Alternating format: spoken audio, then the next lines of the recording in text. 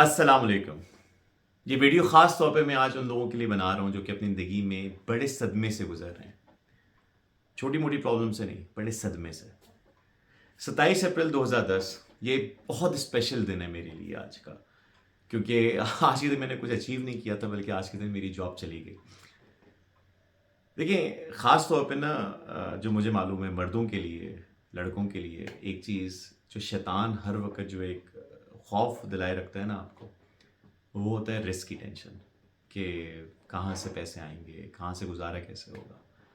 اور خاص طور پہ آج کل کے معاملات میں، آج کل کے مہنگائی میں تو یہ آئی بلیو کہ اس کا ٹیک بہت زیادہ ہوگا.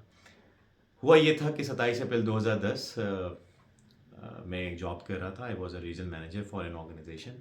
اور جب میں گیا تو انہوں نے کہا کہ Usman today is your last day.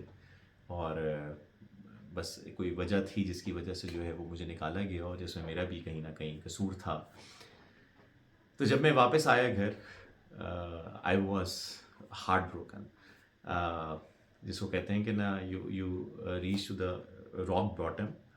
تو I hit that rock bottom in my life. اور سب سے زیادہ پریشانی یہ بھی تھی کہ 6 مہینے کے بعد میری شادی تھی، اور سمجھ نہیں آ رہا تھا کہ اب زندگی میں کیا ہوگا. اینڈ آئی ریممبر کہ وہ جو دن تھے وہ بہت مشکل تھے میرے لیے. پر ہوا یہ کہ میں جب آیا گھر پہ تو مانگنا تو یہ تھا کہ بھئی اللہ تعالیٰ سے حاجت کے لیے میں 2 رکعت نماز نفل پڑھوں. پر میرے منہ سے اللہ تعالیٰ نے نکلوایا ہے 2 رکعت نماز شکرانہ. میں نے 2 رکعت نماز شکرانہ ادا کی، اور میں یہ نہیں کہوں گا کہ میں اس وقت بڑا خوش تھا. میں بہت پریشان تھا، میری حالت بہت عجیب سی ہوئی تھی. پر میرے منہ سے نکلا، اور میں نے یہ اللہ تعالیٰ سے کہا کہ اللہ 27 اپریل 2010 میری زندگی کا سب سے بظاہر طور پہ سب سے برا دن ہے، پر یا اللہ ایک دن مجھے ایسا دکھانا جب میں کہوں کہ میری زندگی کا سب سے بہترین دن ہے. اور یقین نہ جانیں کہ میں نے جو دعا مانگی تھی وہ تھی کہ کوئی 4 یا 5 سالوں میں یہ وقت دکھانا. پر اللہ تعالیٰ نے کوئی دوسرے یا تیسرے سال میں بولنا شروع ہو گیا تھا کہ اللہ تیرا بہت شکر ہے کہ یہ دن میرے ساتھ ہوا. اور یہاں سے میں آپ کے ساتھ 2-3 آئیڈیا شیئر کروں گا جو کہ میں نے اپنی جرنی سے سیکھے. بیکاز کیونکہ اگر مجھے اس وقت یہ معلوم ہوتا جب میں صدمے سے 2-4 تھا کہ آگے کیا ہونے والا ہے، تو شاید میں خوش ہو رہا ہوتا اس وقت. دیکھیں، قرآن پاک کی ایک آیت کا مفہوم ہے کہ اللہ تعالیٰ کہتا ہے کہ تم ہو سکتا ہے اس چیز کو پسند کرو جو تمہارے لیے بری ہو، اور ہو سکتا ہے تو جو تمہاری چیز بہت بری ہو وہ تم اس کو پسند کرو، اور تم جو تمہارے لیے بہت اچھا ہو اس کو تم ناپسند کرو. یہ قرآن پاک کی آیت کا مفہوم ہے. جب یہ جاب ختم ہوئی، I did not want to lose that job. کیوں سیڈ کیوں تھا میں؟ اسی وجہ تھا نا کیونکہ میں نہیں چاہ رہا تھا کہ وہ جاب ختم ہو. اپنی زندگی میں میرے ساتھ اس کے بعد بہت سارے اور ایونٹس آئے. آئی ایم شیور کہ آپ کی زندگی میں بھی آئے ہوں گے کہ جب آپ کے ساتھ ایسا ایونٹ ہوا ہو جو آپ کو لگا ہو کہ یہ میرے ساتھ کیوں ہوا ہے، یا اللہ میرے ساتھ ہی کیوں ہوا ہے، اور یہ نہیں ہونا چاہیے تھا. کیونکہ ہماری اس چیز کے ساتھ اٹیچمنٹ بہت زیادہ ہوتی ہے کبھی. بٹ وی نیور نو کہ جس چیز کو ہم بہت پسند کر رہے ہوتے ہیں. And I can tell you from the core of my heart کہ جس چیز کو میں بہت پسند کرتا تھا اس وقت، وہ واقعی اگر میں کہوں کہ آج کل نسبت کے جو مجھے بعد میں کام شروع ہوا جو میں ابھی کر رہا ہوں، تو بہت بہت ضروری تھا میرے لیے اس کو چھوڑنا، ورنہ شاید میں یہ نہ کر پا رہا ہوتا. تو پہلی چیز یہ کہ جو چیز ہمارے ساتھ ہو رہی ہوتی ہے ہم کافی مرتبہ بہت اٹیچ ہوتے ہیں، بٹ اللہ کو پتہ ہوتا ہے. اور صرف اس میں ضروری ہے کہ we need to have faith. Faith کس کو کہتے ہیں؟ دیکھیے، سارا کہانی جو ہے نا، سارا معاملہ ہی غیب کا ہے. غیب کیا ہے؟ از دی ایبلٹی ٹو سی دا ان سین. اللہ تعالیٰ کہتا ہے کہ ہدایت ہے ان لوگوں کے لیے، کتاب ہدایت ان لوگوں کے لیے جو غیب پہ ایمان لائے.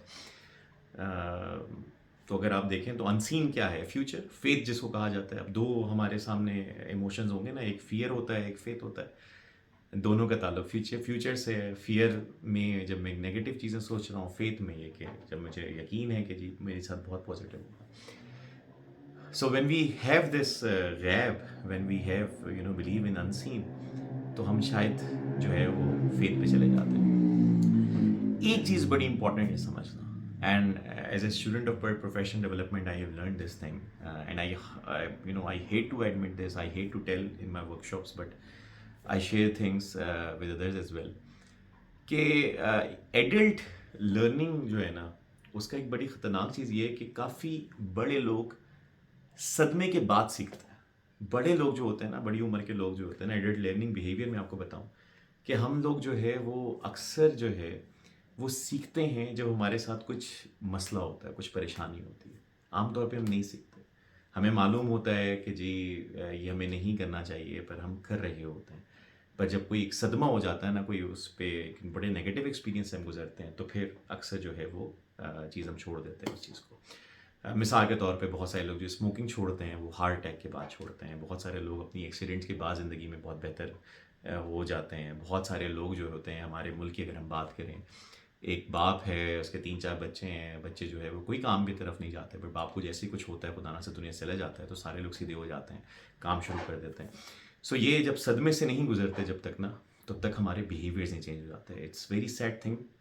عقل مند بندے کو اس کی ضرورت نہیں ہونی چاہیے، بٹ ایسا ہوتا ہے.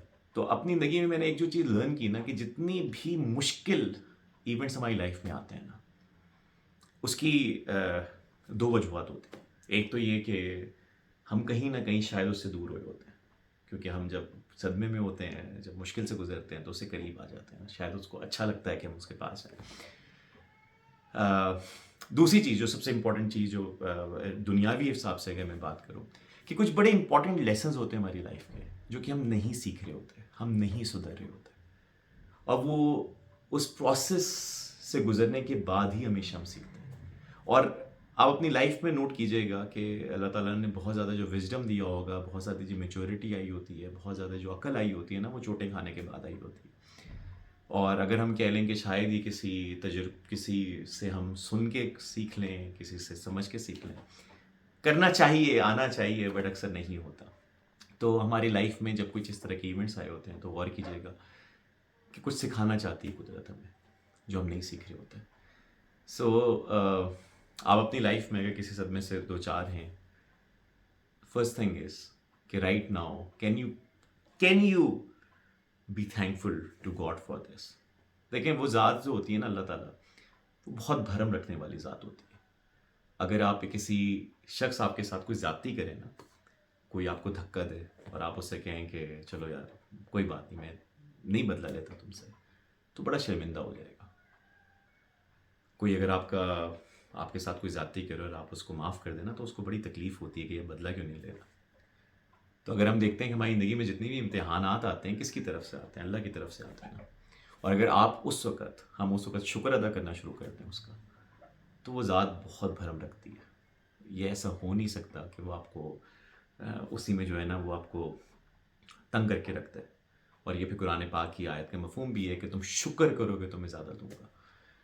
سو نمبر 1 تھنگ از کہ اگر آپ کسی صدمے سے 2-4 ہیں، can you be thankful to God کہ اللہ مجھے نہیں معلوم کہ تو نے اس میں کیا بہتری رکھی ہے، مجھے نہیں پتہ، پر غیب کی باتیں اس کو معلوم ہے. ہو سکتا ہے کہ میں اس چیز کو پسند کر رہا ہوں جو تجھے ناپسند، تو میرے لیے اس میں بہتری رکھنا.